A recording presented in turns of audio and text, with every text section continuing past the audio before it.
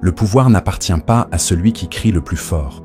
Il n'appartient pas non plus à celui qui s'emporte dans la colère. Le véritable pouvoir réside chez l'homme qui ne bouge pas lorsqu'il est provoqué, qui ne scie pas quand il est mis à l'épreuve, qui ne ploie pas lorsque le monde tout entier s'acharne contre lui. Cet homme est rare. Cet homme est redouté. Dans ce voyage, tu vas découvrir 10 lois de fer de l'indifférence. Des lois qui t'arracheront à la faiblesse du troupeau et qui te forgeront en quelque chose de plus froid, de plus tranchant, d'inatteignable. L'homme moyen s'écroule sous l'insulte, se noie dans l'opinion des autres, brûle de rage et s'accroche aux fantômes du passé. Toi, tu ne seras pas cet homme. Tu apprendras à maîtriser le silence, à dresser des frontières de fer, à transformer les critiques en carburant et à te libérer de toutes les chaînes qui ne servent pas ton ascension. Ceci n'est pas une philosophie pour rêveurs, c'est une arme pour souverains. Si tu pratiques ces lois, tu ne vivras plus à la merci des autres. Tu te commanderas toi-même. Et en te commandant toi-même, tu commanderas tout le reste. Si tu es prêt à entrer pleinement dans cette discipline des rois, à vivre calme, froid et intouchable, pendant que les faibles se déchirent entre eux, alors écoute attentivement, car voici la doctrine de l'indifférence. La première leçon est simple, ne laisse jamais les mots définir ta valeur. La plupart des hommes sont esclaves des paroles. Une seule insulte les lacère. Une remarque désinvolte brise leur confiance. Un simple murmure de rumeur empoisonne leur humeur pendant des jours. Ils se croient forts, mais leur état d'esprit dépend de la langue des autres. Est-ce cela, la souveraineté? Être gouverné par des mots, c'est être gouverné par du vent. Léger, éphémère, insignifiant. Machiavelli l'avait compris. Les hommes sont davantage émus par les apparences que par la réalité. Les mots sont des armes d'apparence. Ils ne coûtent rien, mais ils renversent les faibles, car ces derniers leur en donnent le pouvoir. L'insulte en elle-même n'a aucune puissance. La moquerie n'est rien. C'est la réaction qui leur donne de la force. Quand tu t'emportes contre des paroles, tu montres qu'elles t'ont atteint. Quand tu te défends, tu avoues leur vérité. Quand tu ressasses, tu leur donnes une vie qui dépasse de loin l'instant où elles ont été prononcées. Dans chaque cas, tu offres à ton ennemi la victoire, sans qu'il ait eu besoin d'utiliser autre chose que sa langue. L'homme solide, lui, ne peut pas être possédé de cette manière. Il ne se courbe pas sous l'insulte, pas plus qu'il ne s'élève sous l'éloge.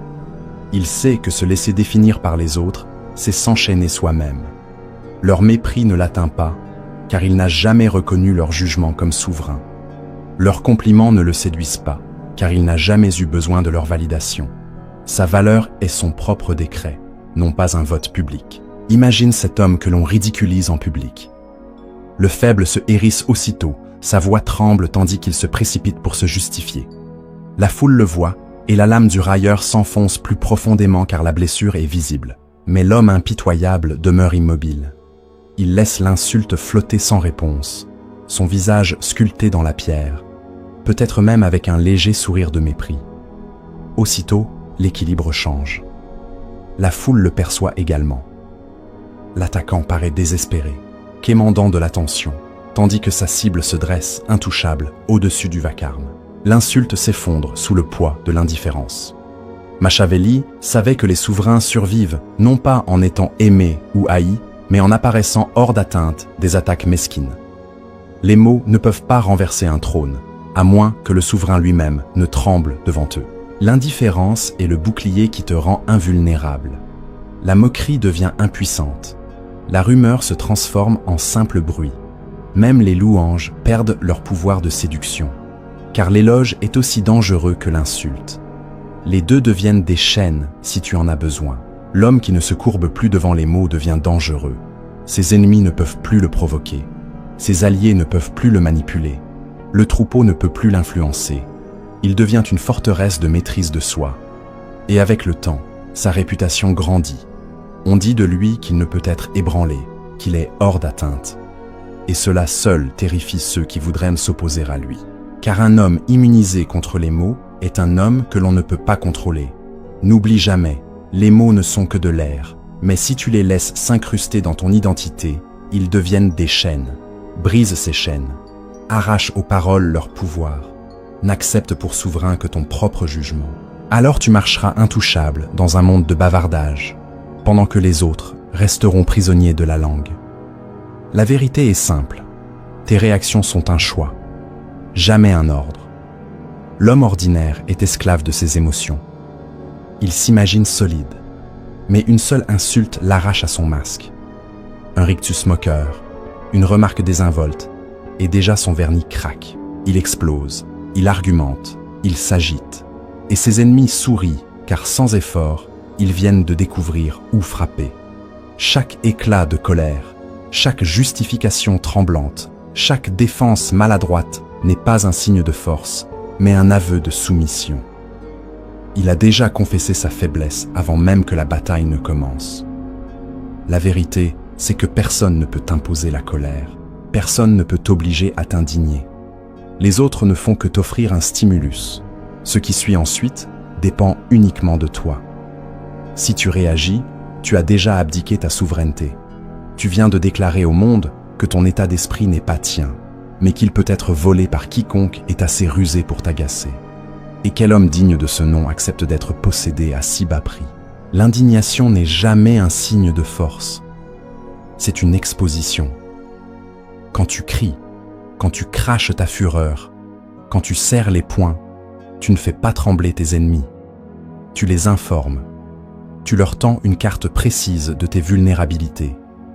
Ils savent désormais quelles paroles fissurent ton calme, quel geste t'ouvre comme une plaie, quel ton suffit à défaire ta maîtrise. Tu crois peut-être que ta colère prouve ton danger, mais en réalité, elle révèle ton prévisible. Et ce qui est prévisible est déjà mort pour le pouvoir. L'homme qui veut s'élever au-dessus de cet état pitoyable doit apprendre la discipline de l'indifférence. Il doit traiter ses émotions comme des soldats indisciplinés qu'il force à l'ordre.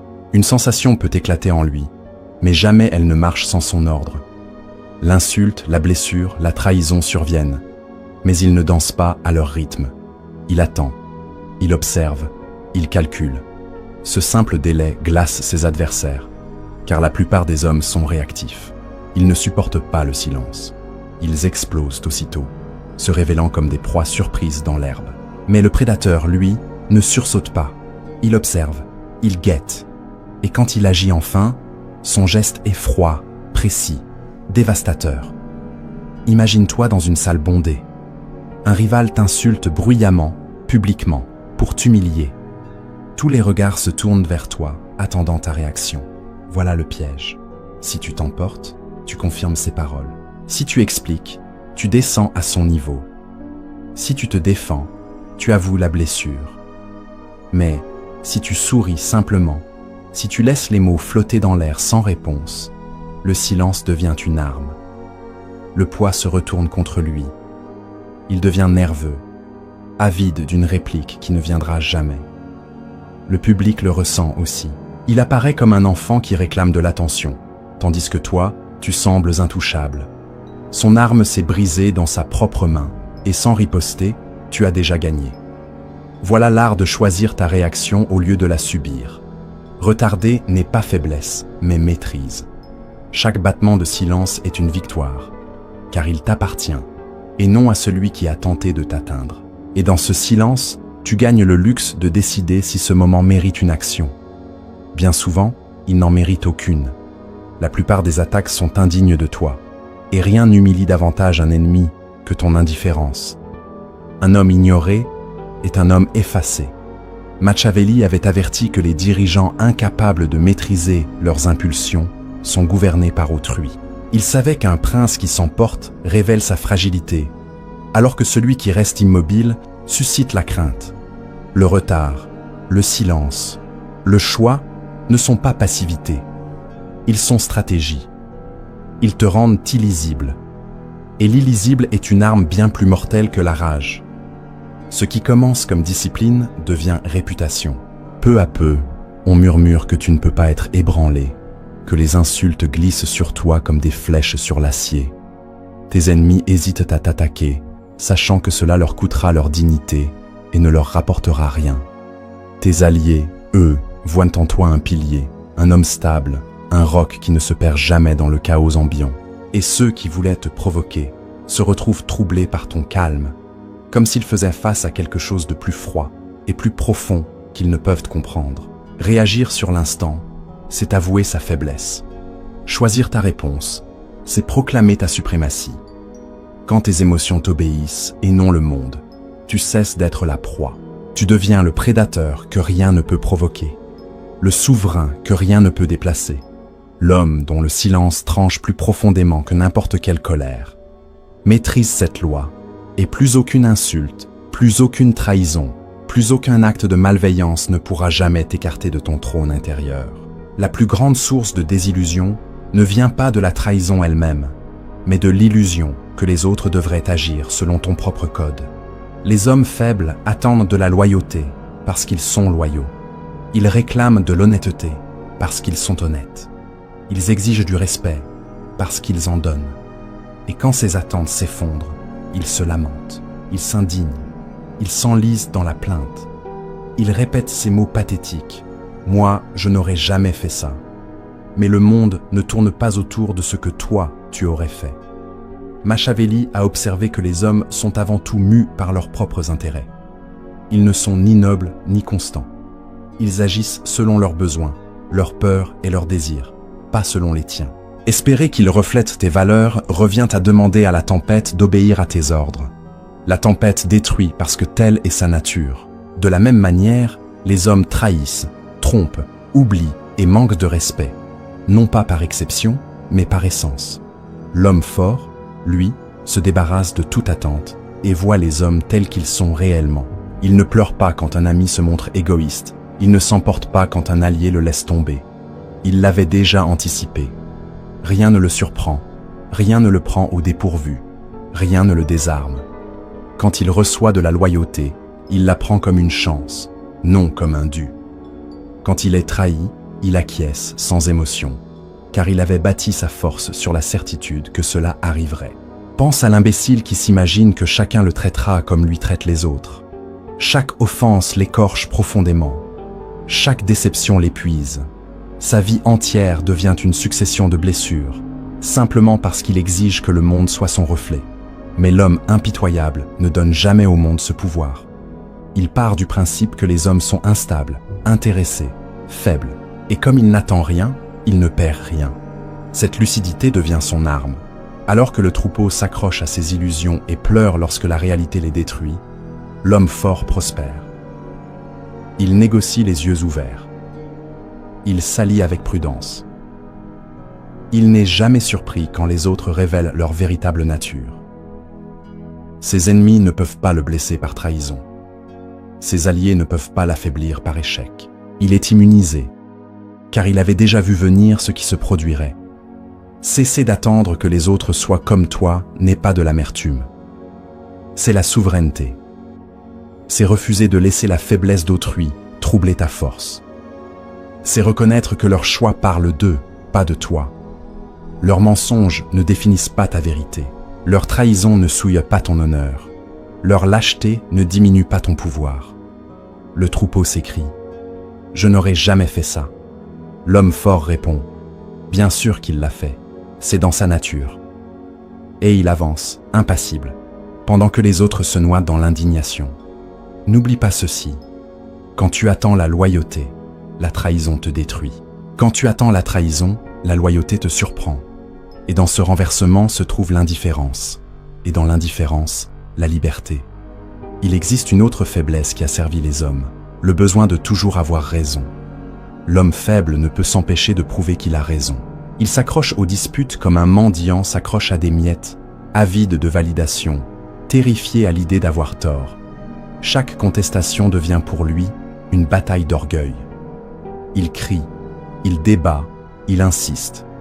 Et à chaque mot, il met à nu son insécurité. Car seuls les insécures ressentent ce besoin permanent de rappeler au monde qu'ils ont raison. Machiavelli avait compris cette fragilité. Il écrivait que ce n'est pas la vérité qui gouverne les hommes, mais la perception, et que la perception se modèle. Argumenter, insister, gagner chaque dispute, c'est révéler que tu es gouverné par ton ego. Le pouvoir n'argumente pas. Le pouvoir n'explique pas. Le pouvoir agit. Et en agissant, il prouve son autorité sans débat. Le monde croit celui qui accomplit, pas celui qui insiste. Observe les querelles des hommes ordinaires. Ils se chamaillent sans fin pour des broutilles. Leur voix monte, leurs tempères explosent. Et le résultat est toujours le même. 2 hommes diminués, leur dignité souillée dans la boue de leur vanité. Compare cela à l'homme impitoyable. Lorsqu'on le conteste, il esquisse un léger sourire, ou peut-être concède d'un simple haussement d'épaule. Tu as sans doute raison. Il ne gaspille aucune énergie à se prouver, car il sait que la réalité finira toujours par l'appuyer. Et quand cela arrivera, son silence résonnera plus fort que les cris de ses opposants. Tuer le besoin d'avoir raison procure un avantage stratégique immense. Cela endort tes rivaux dans l'arrogance. Persuadés de t'avoir vaincu, ils baissent leur garde et s'exposent au coup fatal. Laisse-les croire qu'ils ont gagné en parole. Tu gagneras en résultat. Les mots s'effacent, les conséquences demeurent. Celui qui doit avoir raison remporte des disputes. Celui qui se moque d'avoir raison remporte des royaumes. Ce n'est pas de la capitulation, mais du calcul.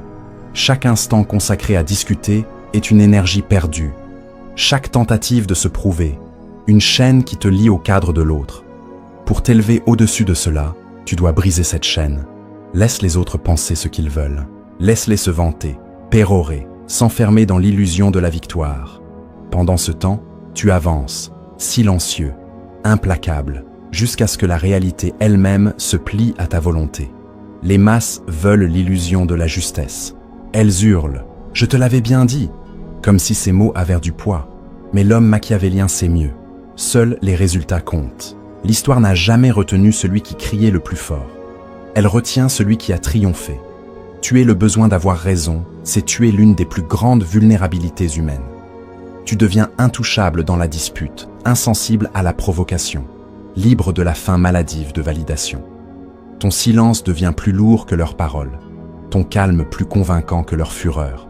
Et lorsque la poussière retombe, ce ne sera pas celui qui a remporté l'argument qui restera debout, mais celui qui n'a jamais gaspillé sa force dans ce combat inutile. L'homme faible dilapide son énergie pour tout le monde, sauf pour lui-même. Incapable de dire non, il ploie sous chaque demande, chaque intrusion, chaque exigence. Ses amis l'épuisent, ses collègues l'exploitent, sa famille le consume. Et Hills invente une illusion. Il croit que cette servitude fait de lui un homme noble. En vérité, elle fait de lui un homme pitoyable. Car celui qui ne peut pas défendre son temps, son attention et son énergie, ne peut pas défendre sa vie. Machiavelli l'avait compris. Le pouvoir se conserve par le contrôle. Un prince qui distribue librement ses ressources affaiblit son royaume. Il en va de même pour toi. Ton énergie est ton royaume. Si tu permets aux autres de la piller, bientôt il ne restera plus rien pour tes conquêtes, pour ton ambition, pour ta stratégie. Les frontières ne sont pas de l'égoïsme, mais de la souveraineté. Ce sont les murs de ta forteresse. Et une forteresse sans murs est une invitation aux envahisseurs. Regarde l'homme toujours disponible. Son téléphone sonne à minuit et il répond. Un collègue lui transfère ses responsabilités et il accepte. Un ami parasite sa générosité et il s'exécute. Il croit acheter des faveurs, mais il ne fait que prouver sa faiblesse. Rapidement, le monde comprend la vérité. Il n'a ni garde, ni discipline, ni respect pour lui-même. Et puisqu'il ne se respecte pas, les autres ne le respectent pas davantage. Maintenant, observe l'homme qui dresse des limites de fer. Il ne court pas à chaque appel. Il ne laisse pas son temps être volé. Quand on exige de lui plus qu'il ne veut donner, il refuse sans excuse.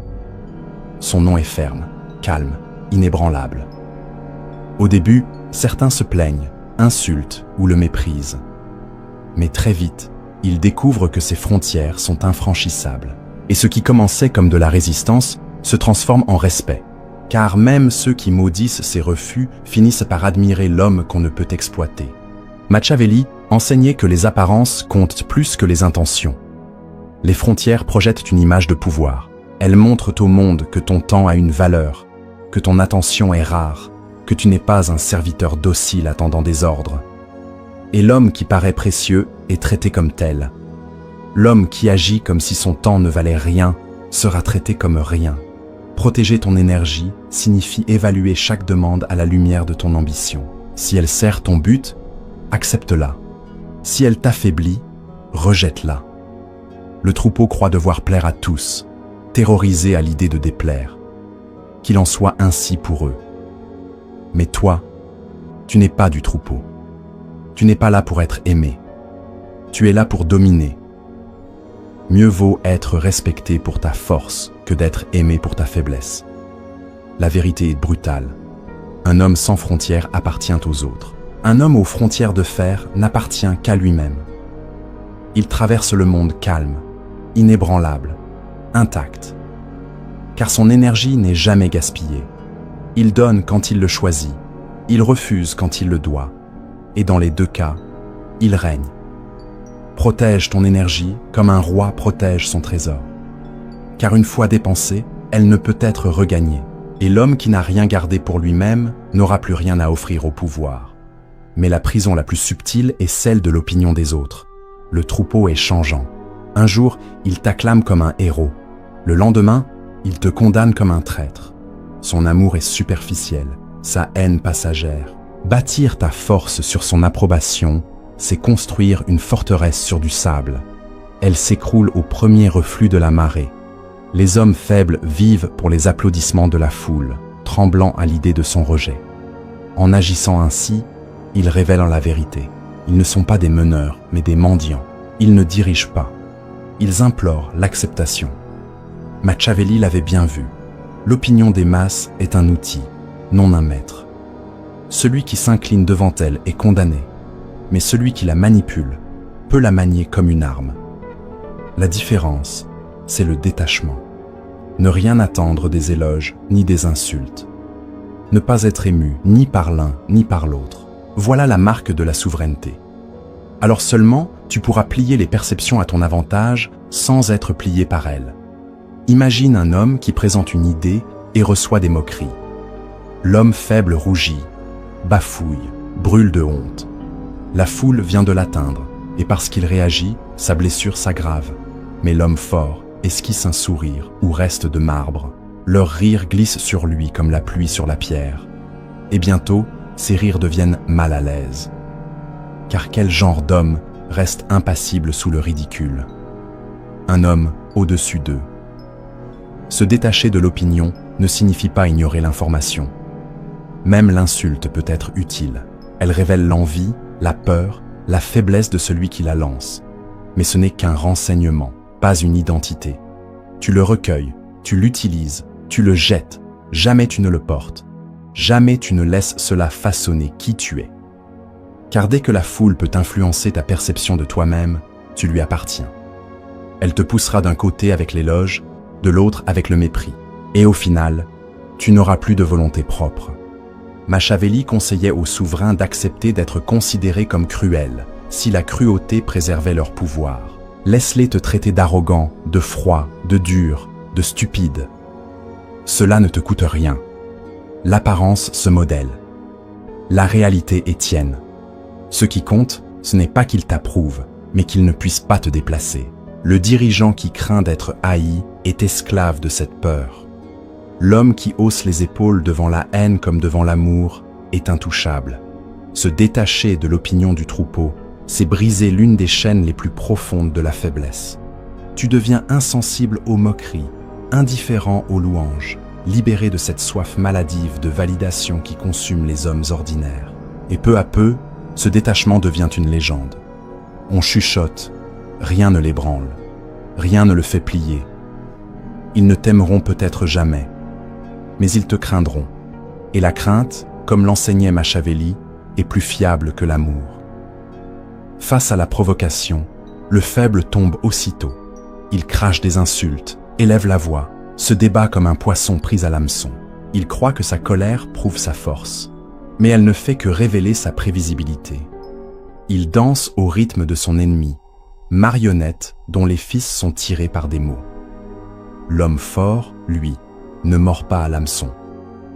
Il comprend que le silence humilie davantage que la fureur. Lorsqu'il est insulté, il ne se précipite pas pour se défendre. Lorsqu'il est moqué, il ne répond pas. Il laisse les paroles pourrir dans l'air, sans réponse, sans retour. L'agresseur s'agite, devient bruyant, se défigure dans sa laideur, se dévoile, tandis que la cible demeure hors d'atteinte. Parler dans ces moments, c'est descendre dans la boue. Se taire, c'est rester sur le trône. Machiavelli écrivait qu'un dirigeant doit toujours paraître maître de lui, même au cœur de la tempête. Le silence est cette apparence transformée en arme. Il incarne le contrôle, la réflexion, le mystère. Celui qui t'attaque ne sait pas si tu prépares une riposte, si tu le considères indigne de ton attention, ou si tu es simplement inébranlable. Cette incertitude le ronge plus vite qu'aucune réplique.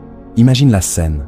Dans une salle pleine, ton rival enchaîne les insultes, espérant te briser sous les regards. L'imbécile lui répondrait coup pour coup, offrant un spectacle où les deux se salissent. Mais toi, ton regard reste fixe, tes lèvres closes, ta posture immobile. La foule observe le déséquilibre. L'un hurle, l'autre demeure. Qui paraît plus fort? Qui domine l'assemblée? Ce n'est pas celui qui crie, mais celui qui n'en a jamais eu besoin. Le silence n'est pas passivité, c'est une domination. Il affame la colère, prive l'assaillant de combustible. Il l'oblige à s'exposer plus qu'il ne l'aurait voulu.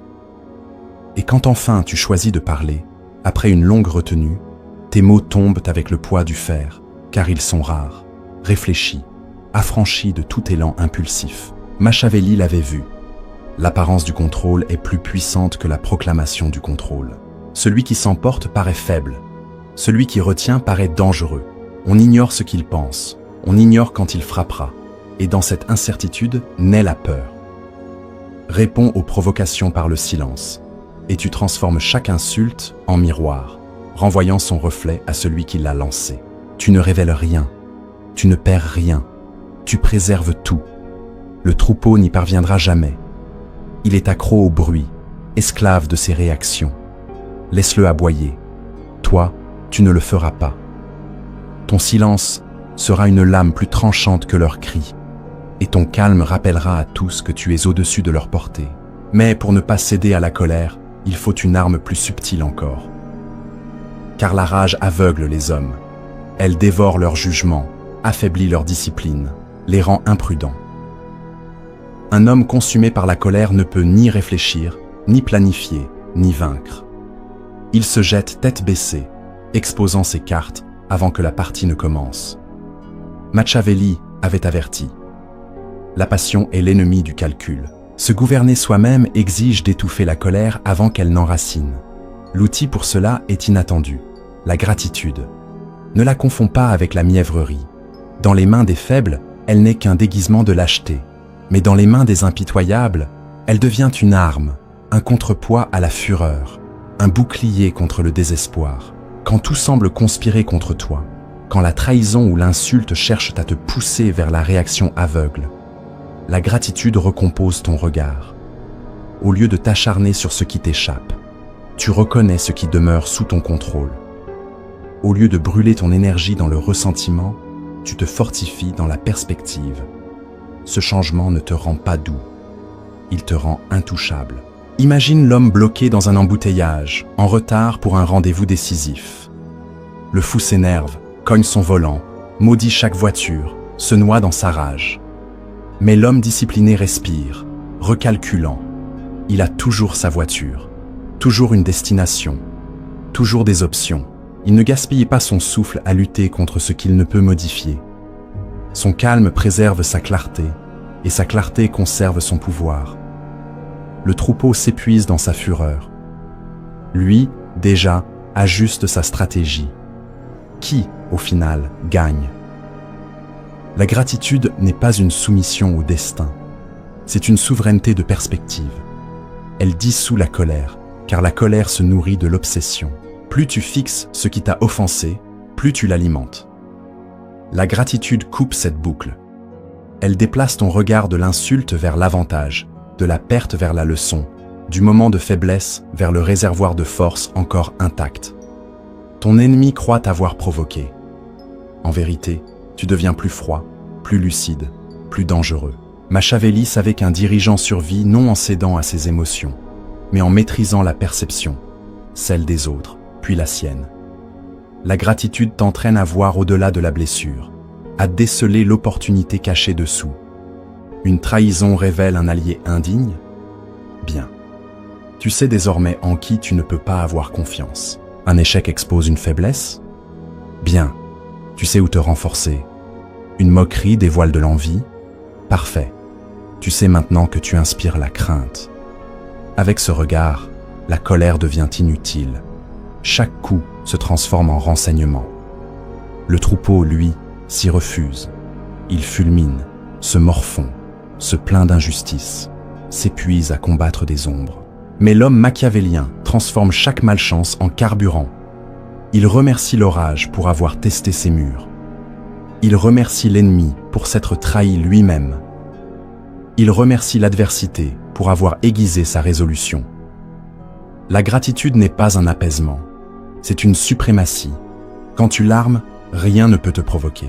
Les insultes deviennent creuses, les trahisons deviennent des leçons, les pertes deviennent un entraînement. La colère s'étiole, privée de sa nourriture.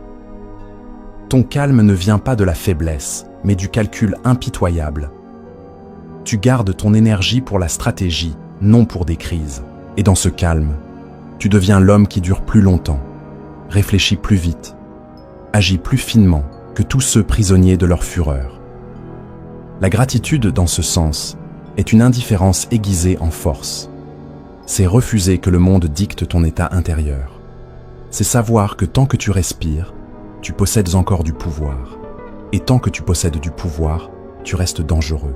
L'homme qui vit ainsi ne peut pas être troublé, brisé, piégé dans sa ruine. Voilà comment la gratitude sert l'esprit machiavélien, non comme douceur, mais comme armure. Elle affame la rage, nourrit la clarté et conserve la domination. Grâce à elle, tu marches dans le feu sans brûler, pendant que les autres s'immolent dans leur propre flamme. La plupart des hommes s'effondrent sous la critique. Une remarque acerbe blesse leur orgueil. Une phrase tranchante reste dans leur esprit comme un poison. Alors ils boudent, se défendent, s'expliquent. Tout cela dans une tentative désespérée de laver leur nom.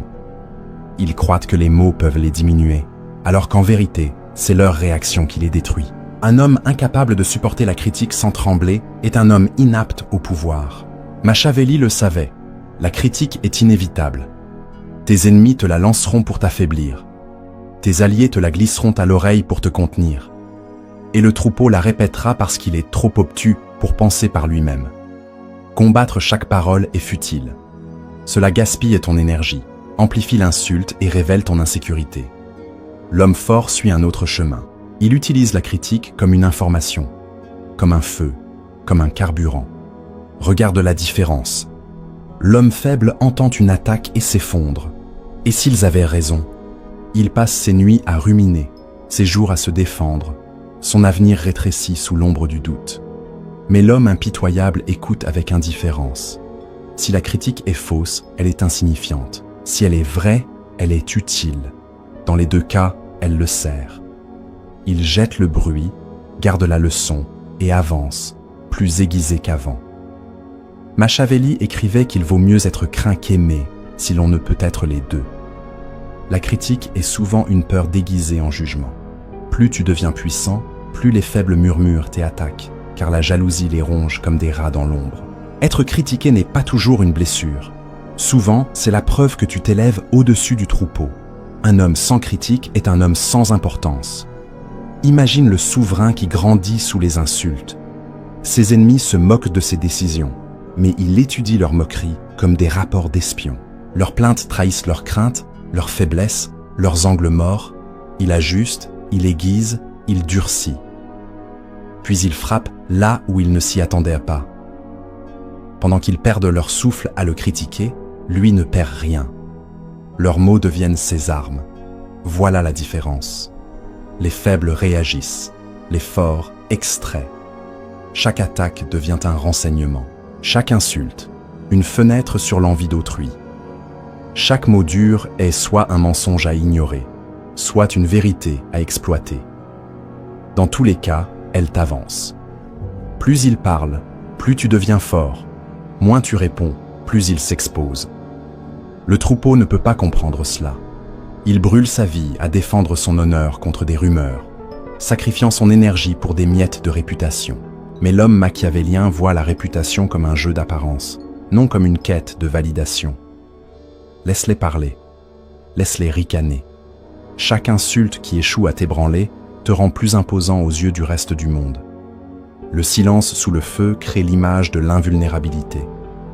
Et l'invulnérabilité est crainte. La critique, utilisée correctement, cesse d'être une blessure et devient un carburant.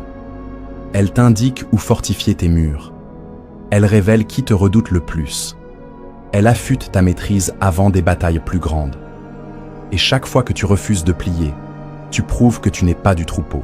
Tu es le souverain qu'ils ne peuvent influencer, le prédateur qu'ils ne peuvent provoquer, l'homme que leurs paroles ne définissent pas. Ne détruis pas la critique. Consomme-la, digère-la, transforme-la en force. Ainsi, les armes que tes ennemis t'adressent deviennent les pierres avec lesquelles tu bâtis ton trône. Mais la maîtrise ultime n'est pas dans l'absorption. Elle réside dans l'art de lâcher prise. Les hommes faibles s'accrochent aux rancunes comme à un charbon ardent. Ils se persuadent que cette brûlure leur servira de carburant pour leur vengeance. Mais tout ce qu'elle fait, c'est brûler leurs mains. Ils ressassent les insultes, revivent les trahisons, s'enlisent dans des victoires imaginaires qui ne viendront jamais. En vérité, ce sont des prisonniers, non pas enchaînés par leurs ennemis, mais par leur propre refus d'abandonner le passé. Machiavelli enseignait qu'un dirigeant doit être guidé par la nécessité, non par les sentiments. S'accrocher à la colère une fois qu'elle n'a plus d'usage est une folie. Elle consomme l'énergie, trouble le jugement, t'asservit à des instants qui n'existent plus. Lâcher prise n'est pas du pardon, c'est de la stratégie. C'est refuser de laisser les actes d'autrui continuer à gouverner ton esprit. Imagine la trahison d'un allié. L'homme faible s'enferme, obsédé par une revanche parfaite. Mais dans cette attente, il se paralyse. Son obsession le ronge, tandis que son ennemi, lui, avance librement. L'homme impitoyable agite à l'opposé. Il constate la trahison, note la leçon, puis se débarrasse du poids. Si la vengeance sert, il la prend à l'instant qu'il choisit. Si elle ne sert pas, il rejette l'affaire entière, refusant de traîner un fardeau mort dans son futur. Dans les deux cas, il est libre, tandis que le traître reste insignifiant. Lâcher prise, c'est couper les chaînes, c'est déclarer « Tes actes ne me gouvernent pas, ta trahison ne m'ancre pas, ton insulte ne me définit pas. » L'homme qui sait se délester s'appartient pleinement. Celui qui s'accroche, en revanche, est possédé par l'ennemi qu'il déteste. Ironie cruelle. Celui qui refuse de libérer le passé transporte son ennemi en lui pour toujours. Machiavelli savait que survivre exige de l'adaptabilité. Le souverain qui s'accroche trop à la rage ou à l'orgueil devient cassant, et les choses cassantes finissent brisées. Mais celui qui plie, qui se déleste de l'inutile, qui abandonne ce qui ne sert plus, celui-là endure. Il n'est pas attaché à hier, il est armé pour demain. Lâcher prise ne signifie pas faiblesse, c'est la plus éclatante démonstration de force. Tout le monde peut se mettre en colère, tout le monde peut s'obséder, mais seul l'homme souverain peut écarter, détacher et avancer sans fardeau. Ses ennemis deviennent poussière derrière lui. Leurs paroles oubliées, leurs trahisons effacées. Il ne gaspille aucune énergie à maintenir des fantômes en vie. Toute sa force est préservée pour la conquête, non pour le deuil. C'est là la maîtrise ultime. Marcher dans la vie sans être enchaîné par les offenses, insensible aux trahisons, indifférent aux blessures du passé. Lâcher prise, c'est proclamer. Rien ne me possède, ni mes ennemis, ni leurs insultes, ni mes souvenirs. Je décide ce qui demeure, et je rejette le reste. Le troupeau, lui, ne le peut pas. Il traîne son passé comme une carcasse, étouffé par des colères qui ne comptent plus. Mais toi, tu seras différent. Tu ne brûleras rien pour des fantômes. Tu ne porteras rien qui ne serve pas ton ascension. Tu lâcheras, non par miséricorde, non par recherche de paix, mais par stratégie, par puissance. Et lorsque tu maîtrises cet art, tu deviens le plus rare des hommes. Celui qu'aucune chaîne ne retient. Celui qu'aucun ennemi ne peut piéger dans sa rancune. Celui qu'aucun souvenir ne peut enchaîner. Tu deviens l'homme qui avance, plus léger, plus aiguisé, plus libre. Celui qui ne retient rien et qui, par conséquent, ne peut pas être retenu. Voilà la discipline des souverains. Voilà la doctrine de l'indifférence. Elle ne consiste pas à être froid pour paraître fort. Elle consiste à être libre pour être invincible. Chaque mot ignoré, chaque réaction maîtrisée, chaque illusion brisée, chaque frontière dressée, chaque opinion méprisée, chaque silence imposé, chaque gratitude cultivée, chaque critique absorbée, chaque fardeau abandonné. Tout cela forge une stature que rien ne peut atteindre. Le monde est rempli d'hommes qui s'agitent, qui crient, qui mendient l'attention, qui s'effondrent sous le poids de ce que disent et font les autres. Mais toi, tu ne seras pas cet homme. Tu deviendras l'exception. Le calme au milieu du tumulte, le roc au milieu de la tempête. L'esprit souverain qui ne se laisse ni troubler, ni manipuler, ni posséder.